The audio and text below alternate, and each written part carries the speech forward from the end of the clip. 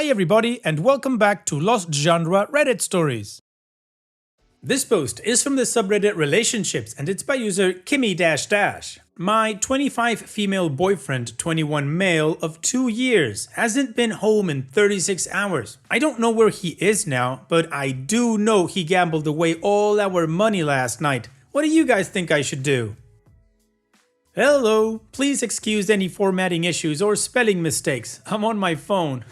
Now, I've been with my boyfriend for 2 years. He's a great boyfriend, a little selfish sometimes, but nothing majorly bad. We live together and have 5 cats. Last night, both he and I had our work Christmas parties. He went to his, I went to mine. It was the first time we hadn't been out together in months. I got home around 3 to 4 a.m., but he didn't come home.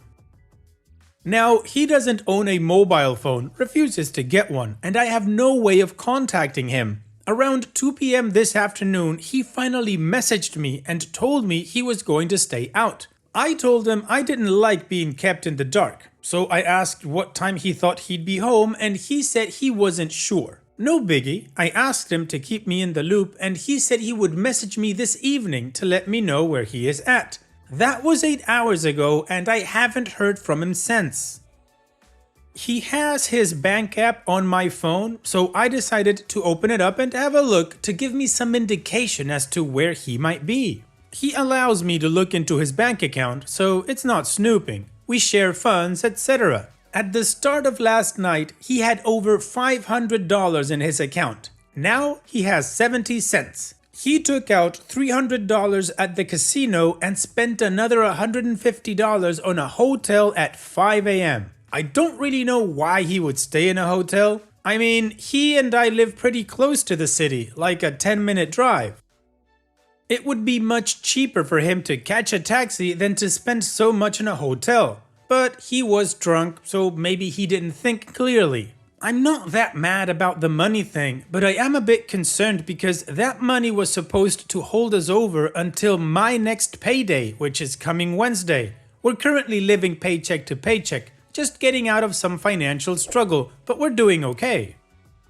I can always go to my family to borrow some money, so it's not like we won't have anything. But I really do not like having to ask for money, especially because of my boyfriend having wasted it on a night out. And double especially because my boyfriend already owes my mother $1,000. At the beginning of the year, we had problems paying rent because he lost a job and I couldn't afford to pay both of our rents, so mom lent him the money. So I'm a bit irked that he would spend recklessly when he already owes my mother.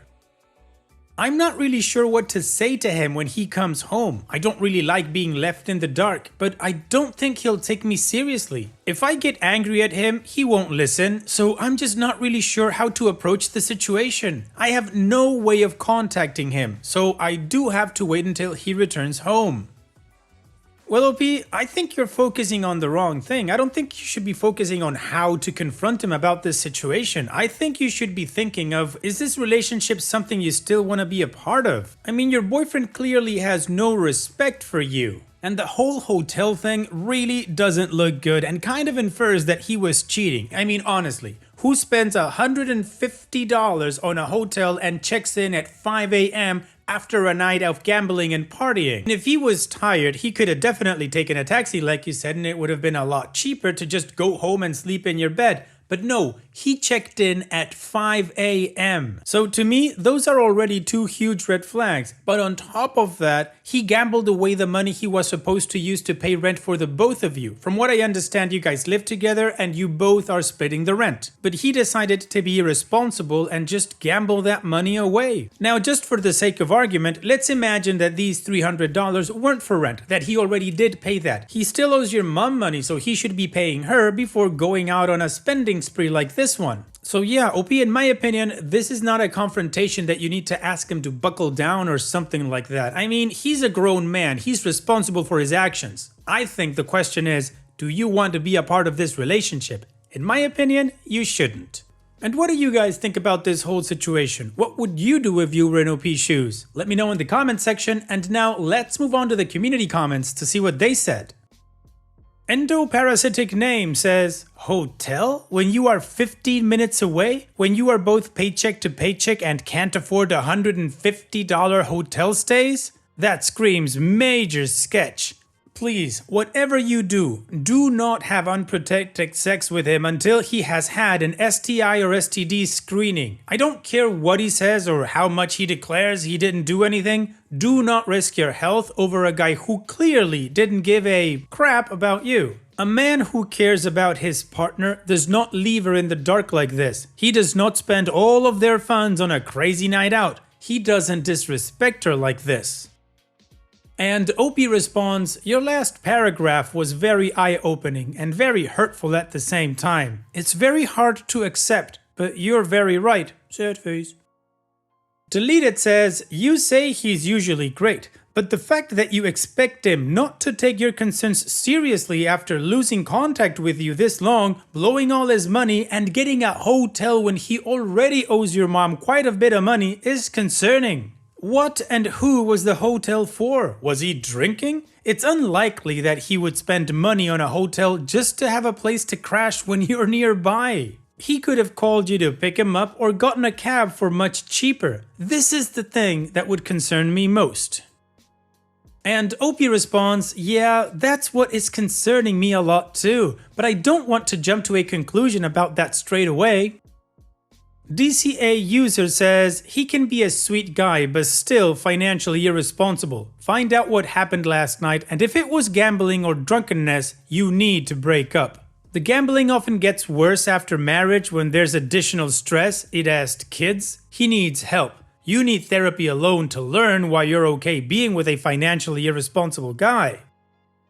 And Opie responds, because outside of being financially irresponsible, he's a really great person. I mean, when I was 21, I wasted a lot of my money too. Maybe not gambled it away, but yeah, I'm really not sure. Sad face. Additional information from Opie's comments. First, you're all probably very right about me being in denial, but outside of this situation, he is a really lovely person and I care for him a lot. I don't think it's a relationship destroyer. I understand why it would be considered one. Tongue out face. It's just that he doesn't go out very often and drink very often, so I think while he was drunk, he made a stupid decision. He doesn't have many friends outside of me. He doesn't have a family he can go to. He has limited funds and we're on a lease together. So this whole thing is probably him just getting overexcited. I'm definitely not his sugar mama. He works full time and so do I, but we get paid different weeks. We're in some debt, so we're still paycheck to paycheck. He pays his rent and bills the same as I pay mine, but he does stonewall me. And I'm not sure what he was messaging me on. I think he used a friend's phone maybe, because it was over Facebook. I think he was more likely hiding from me because he wasted a lot of money and knows we're in a tight spot. I genuinely don't think he could cheat on me.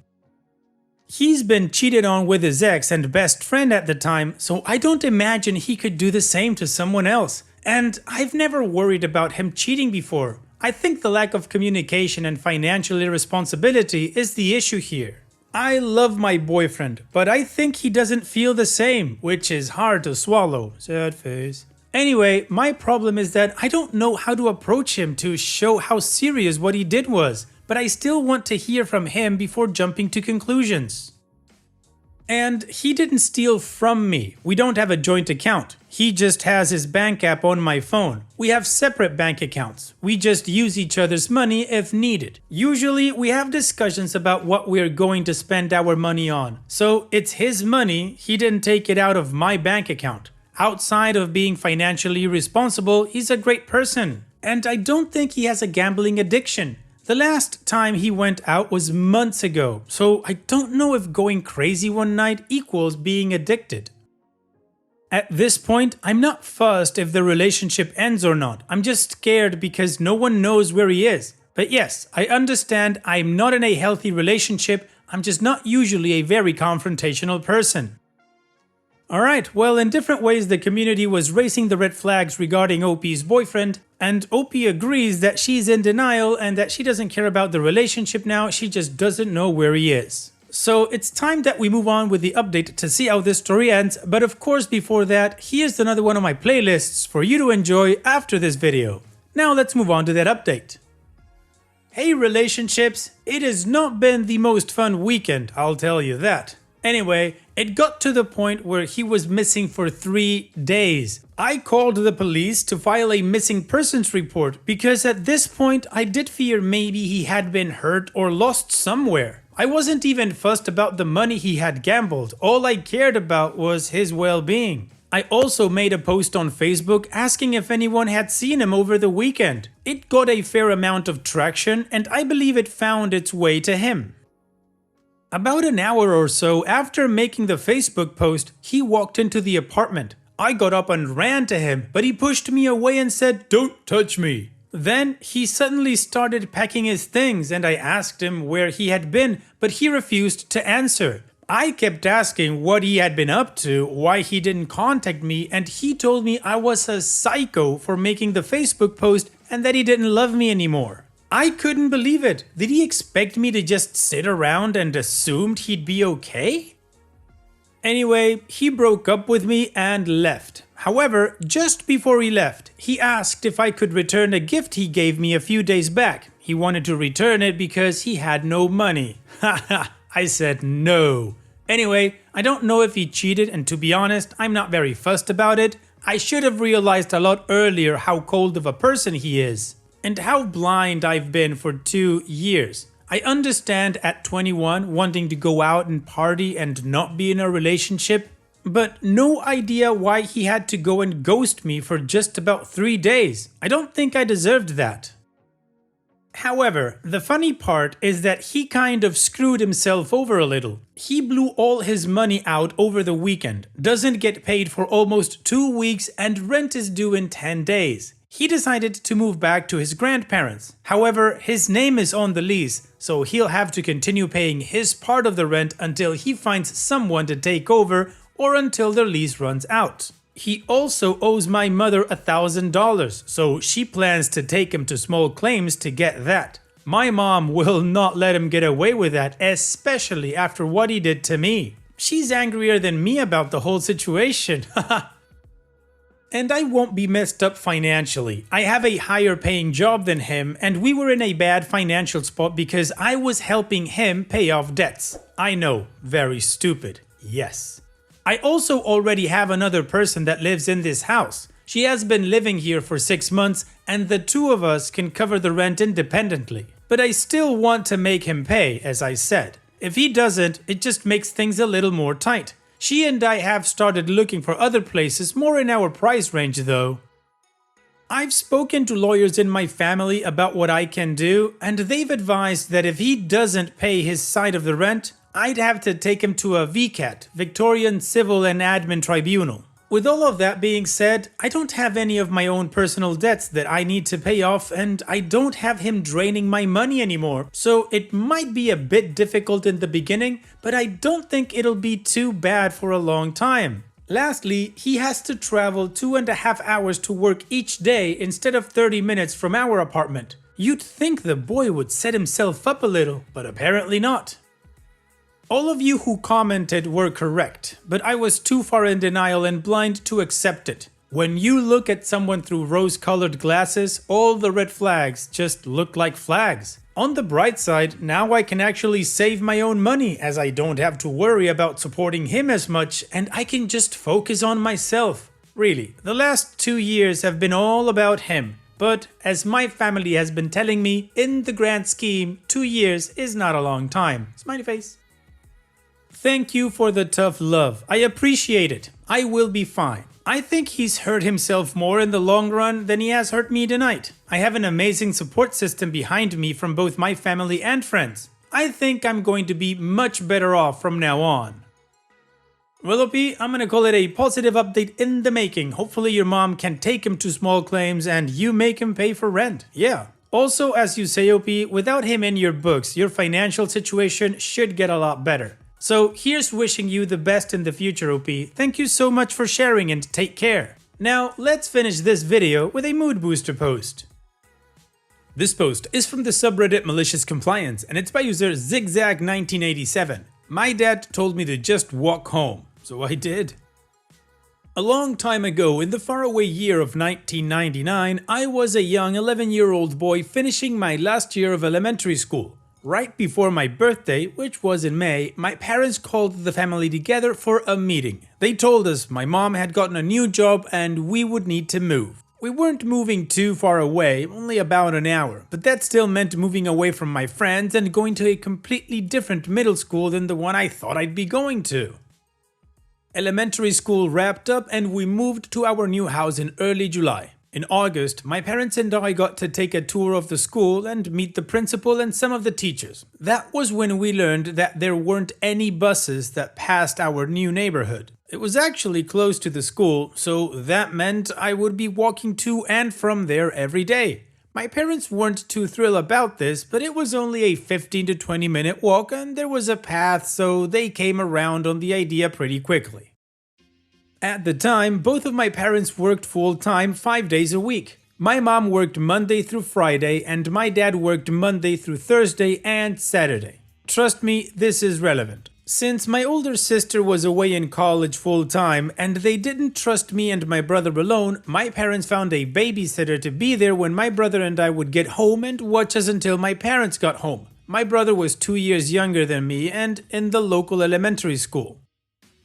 The school year started and in early September we got a massive heat wave that reached highs of like 96 degrees for a couple of days. The middle school was also an old building and most of it was not air conditioned. I only had 2 classes that had air conditioning in the classroom throughout the day. At the end of those days, I was tired and not in any mood to walk an additional 20 minutes in the heat before getting home. So I used vending machine snack money to call the babysitter from the payphone. Cell phones were definitely not used by kids in those days. The babysitter, thinking he was just not letting me suffer in the heat, came to pick me up and I would do some homework before Batman Beyond and Pokemon came on. I did try to call home 2 more times over the next 2 weeks when it was hot. The second time I got the sitter again. The third time I called was on a Friday. My dad answered. He was not happy with me. He told me it wasn't that hot, 85 that day, that I shouldn't call the sitter away from the house and that I had to start growing up. He told me to walk home and we would talk more when I got there. So I walked home. I got a lecture and was told not to call the sitter again to be picked up. I said okay and told him I wouldn't call the sitter or him again to be picked up. 2 weeks later, at the end of September, a hurricane passed through the area. Halfway through the day at school, it really started coming down. It got so bad that they let us out of school a half hour early, like that was gonna save us. By this time though, a lot of roads were flooding and the line for payphones was long. I remembered what my dad told me a couple of weeks ago, so I walked home.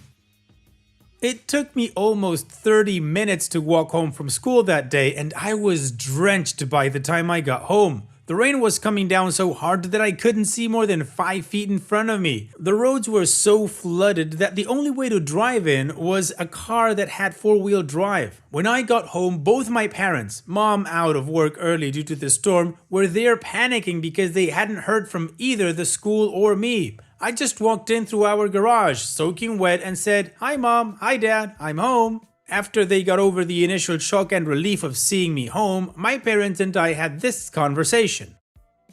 My mom says, "How did you get home?" "I walked home." "Why?" "Dad told me to." "When? We didn't get any calls from you or the school today." "Well, a couple of weeks ago I called the sitter a few times and asked for a ride home since it was hot. The last time I called, I got Dad. He told me I had to just walk home from now on and not call for a ride again. And my dad says, "I implied that there could be exceptions." And I go, "You didn't say that."